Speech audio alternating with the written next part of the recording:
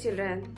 Today I am going to tell a story about nature, and the title of the story is Love Our Nature. Once there was a small kingdom which was surrounded by forest.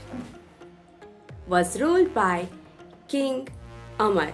The king was constructing a big palace.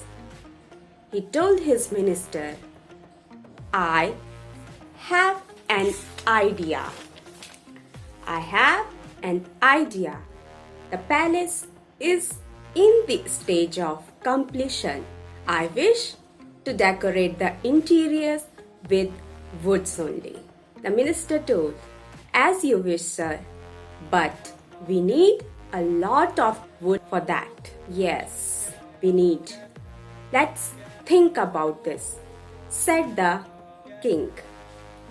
The next day, the king told to the minister, as you know, our kingdom is surrounded by forest.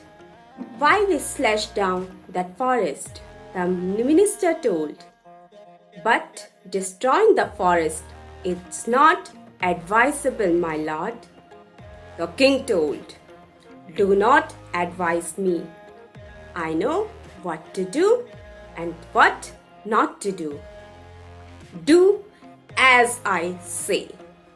The minister told, as you say, my lord. The minister ordered to cut all to slash down the best varieties of trees. Within a month, the forest was destroyed. Only few trees was left out. The minister told, my lord, we stocked all the wood. Now, all we need to do is start our work. The king told, go ahead. Since forests have been destroyed, all the birds and animals left that place, and the place does not look lively because all the birds and animals left there. A year later, the minister told to the king, my lord, since this year we did not receive enough rainfall, so there is a drought in our kingdom.